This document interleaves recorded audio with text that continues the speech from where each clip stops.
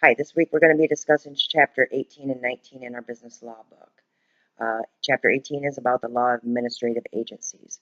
The first two federal administrative agencies were the Interstate Commerce, which no longer is in existence, and the Federal Trade Commission. Administrative law is any rule, statute, or regulation that directly or indirectly affects an administrative agency. These rules may be procedural or substantive, and they may come from the legislative, executive, or judicial branch of government or the agencies themselves. A procedural rule is a rule that governs the internal processes of an administrative agency. A substantive rule is a rule that creates, defines, or regulates the legal rights of administrative agencies and the parties they regulate. Administrative agency is any body that is created by the legislative branch to carry out specific duties. Independent administrative agencies are agencies whose appointed heads and members serve for a fixed term and cannot be removed by the president except for reasons defined by Congress. An executive administrative agencies are generally located within departments of the executive branch of government. An example would be the Occupational Safety and Health Administration, which is also known as OSHA, and that's located in the Department of Labor. Enabling legislation. This is legislation that grants lawful power to an administrative agency to issue rules, investigate potential violations of rules or statutes, and adjudicate disputes. Legislative power is the power delegated by Congress to an administrative agency to make the rules that must be adhered to by individuals and businesses regulated by the agency. These rules have the force of law. Executive power. This power is delegated by Congress to an administrative agency to investigate whether the rules enacted by the agency have been properly followed by businesses and individuals, such as they're investigating President Trump currently.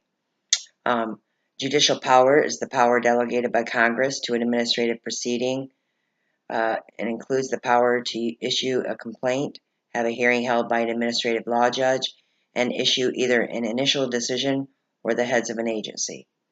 Administrative Procedural Act is a law that establishes the standards and procedures that federal administrative agencies must follow in their rulemaking and adjudicative functions. There are three major rulemaking models. Number one is formal, number two is informal, and number three is hybrid. That is outlined in the Administrative Procedure Act of 1946. Excuse me.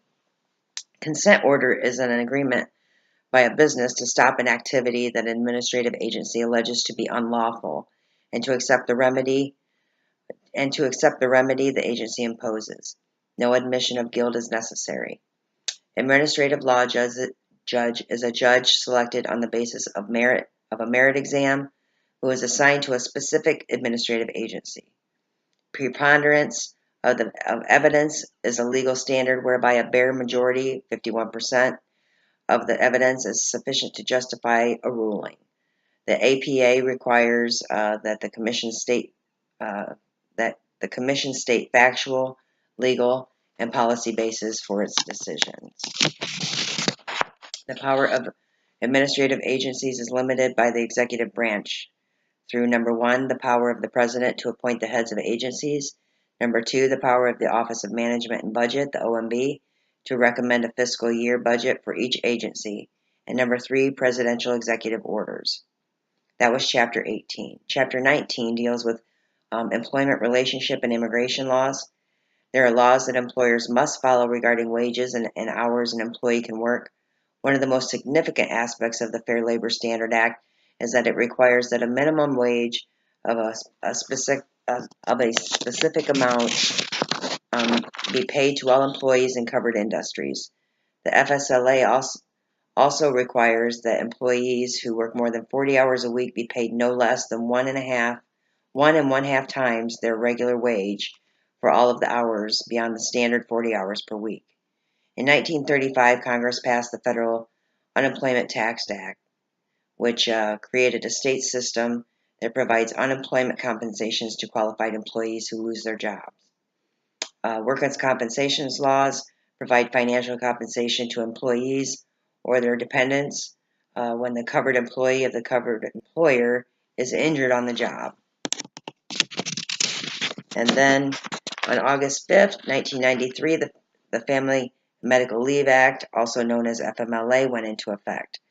This law is designed to guarantee that workers facing a medical catastrophe or certain specified family responsibilities will be able to take needed time off from work without pay, but without losing any medical benefits or their jobs. In 1970, the Occupational Safety and Health Act was formed to make sure that every employer is to furnish to each of his employees free from recognized hazards that they are likely to cause death or serious physical harm. The Occupational and Safety and Health Review Commission reviews OSHA citations, penalties, and abatement periods when they are contested by an employer.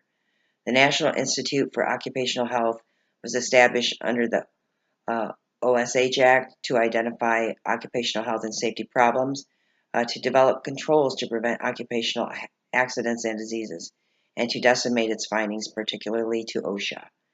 So that is the summary of Chapter 18 and 19 this week in our business law book, and thank you very much. I will see you next week.